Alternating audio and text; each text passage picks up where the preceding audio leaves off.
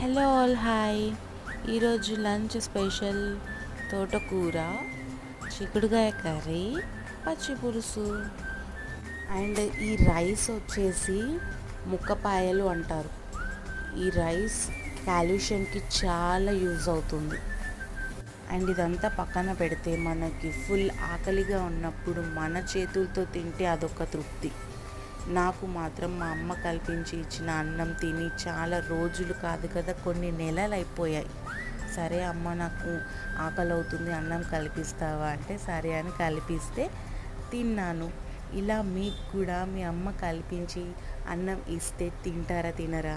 Of course ఇష్టంగా తింటాం, అవునా కాదా? ఎస్. వీడియో నచ్చితే లైక్ కొట్టండి. Thank you all. And do follow my channel.